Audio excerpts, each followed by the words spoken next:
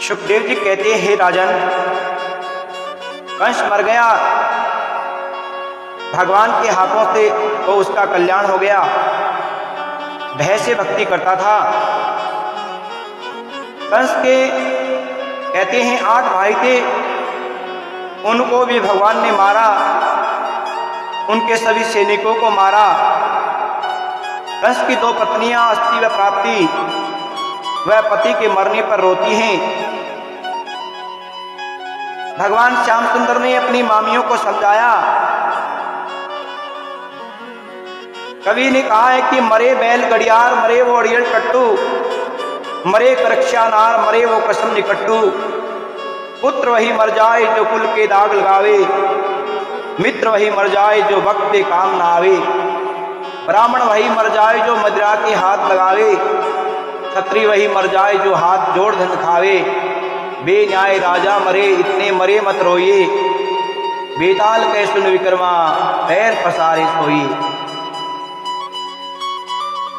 वसुदेव जी वह देवकी की मैया को कारागृह से मुक्त करते हैं भगवान। अग्रसेन महाराज को राजगद्दी पर बैठाया गया। कंस की अंत्येष्टि क्रिया किए हैं। महाराज अग्रसेन बड़े प्रेम से मथुरा में रहते हैं। प्रिय बंधुओं, भगवान कहे, हे पिताजी, हे मैया, आपको हमारे कारण बहुत कष्ट उठाने पड़े, हमें क्षमादान दे दो। उन्हें स्नान आदि कराया, अच्छे अच्छे वस्त्र उन्हें पहनाते हैं। राजमहल में आ जाए। अग्रसेन महाराज बड़े प्रेम से राज करते हैं।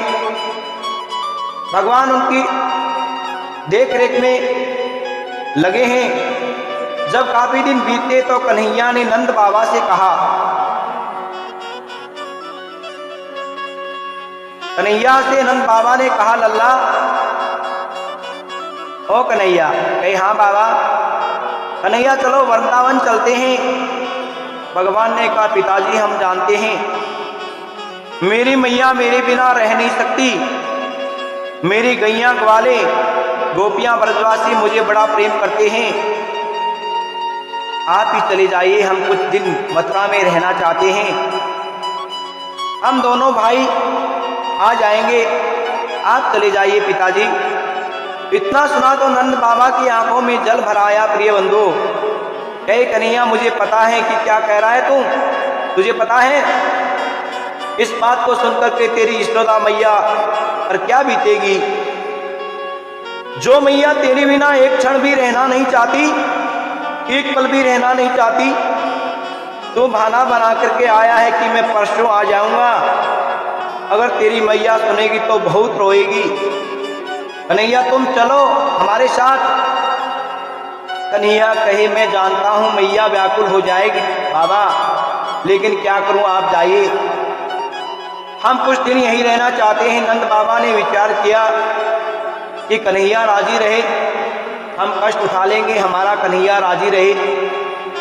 इसे कहते हैं प्रेम। प्रिय बंधु, प्रिय मानवाओं, प्रेमी के मन की करे, उनकी खुशी के अपनी खुशी समझे, यही तो प्रेम होता है। वसुदेव देवकी ने नंद बाबा को विदा किया है। नंद बाबा रोते हुए जा रहे हैं, सोच रहे हैं, कन्हैया के बिना जाकर के मैं यशोदा व गोपियों को क्या जवाब दूंगा। अरे नहीं नहीं, दिन में नहीं जाऊंगा। दिन में जाऊंगा तो यशोदा और ग्वाले गोपियां पूछेगी हमारा कन्हैया कहाँ है, मैं उन्हें क्या जवाब दूंगा। जाते जाते नंद बाबा ने रात कर दी। प्रिय भानुभाव, यशोदा रानी तो अपने घर में चौखट पर बैठी हैं। कन्हैया इस रास्ते से आएगा, मैं देखूंगी, माखन खिलाऊंगी। हाथ में माखन का कटोरा है। रात के 12 बजे हैं। रात को नंद बाबा घर पहुंचे। जैसे ही दरवाजा खटखटाया, यशोदा मैया दौड़ी दौड़ी आई, मेरा कन्हैया आ गया, मेरा कन्हैया आ गया। दरवाजा खोलकर देखा तो नंद बाबा अकेले खड़े हैं। नंद बाबा को देखे, अरे महर तुम अकेले हैं कि अच्छा, मेरा कन्हैया कहीं दूर खेलता हुआ रह गया होगा।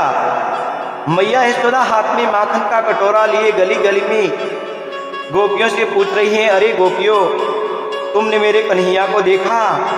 कोई नहीं बताता, आए हो तो बताए। आए नहीं तो कहाँ से बताएं। दौड़ी दौड़ी नंद बाबा के पास आकर के पूछती हैं, स्वामी आप बोलते क्यों नहीं हो, कन्हैया कहाँ है?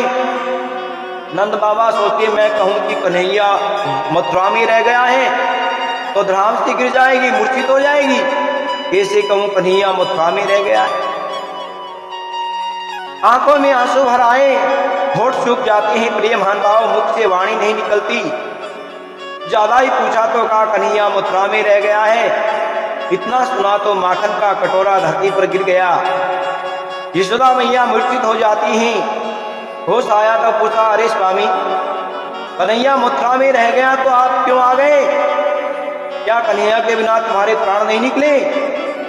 यशोदा को नंद बाबा ने कहा कि प्राण तो कब के निकल जाते, लेकिन कन्हैया ने आने की कही है, वो आएगा। दर्शन की लालसा से प्राण रुके हुए हैं। अब यशोदा मैया कुछ भी नहीं कहती, ना आंखों में नींद ना भूख प्यास है। हाथ में माखन का कटोरा लिए दरवाजे पर कन्हैया के आने की राह देखती हैं। मेरा कन्हैया आएगा तो दर्शन करूंगी। ये तो यशोदा मैया की हालत है। वृंदावन की क्या हालत है प्रिय महानुभाव वो बताते हैं। ग्वाले जब गैया चराते हैं तो मन में कन्हैया की याद आती है, मन नहीं लगता। खेल में भी उनका मन नहीं लगता। कन्हैया की याद आती है तो खूब रोते हैं। एक कोने में बैठ करके फूट फूट करके रोते हैं। अरे वो श्याम सुंदर बंसी बजैया कहाँ चला गया? ग्वाले गैया मोर बरस की लता पता रोती है प्रिय महानुभाव। बंसी बजैया कहाँ चला गया? कहे जब कन्हैया बंसी बजाते थे तो मोर नाचने लगते थे। आज किसकी आवाज पर नाचे? आज बंसी सुनाने वाला नहीं।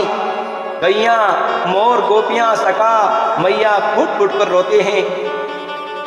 ब्रज की लता पता बाबा भी रोती हैं। बाबा को याद आती है कि मैं छोटे से कन्हैया को कंधे पर बैठा करके गोकुल की गलियों में घुमाता था। झाड़ू लगाती गोपियों कन्हैया को याद आती है तो आंखों में आंसू झरझर बहने लगते हैं। राहें देखती हैं कन्हैया की।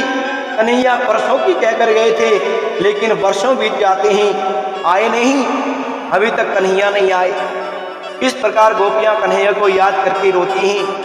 कह रही है यमुना के तट पर बंसी बजा जा, गैया चरा जा, कहीं निकल न जाए प्राण, आके दर्श तो दिखा दा। आने की आशा नहीं छोड़ी है अभी तक।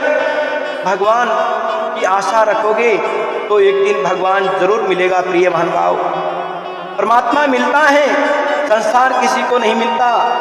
इस प्रकार गोपियां आशा लगाए बैठी हैं। भगवान की लीलाएं तो बहुत हैं, पूरी लीलाएं कोई बखान नहीं कर सकता प्रिय महानुभाव। जितनी जिसकी बुद्धि विवेक होता है उतना ही सुना पाते हैं, उतना ही कह पाते हैं। आगे कहते हैं वसुदेव जी अपने कन्हैया व बलराम का जनेऊ संस्कार करवाते हैं। और कैसे करवाते हैं?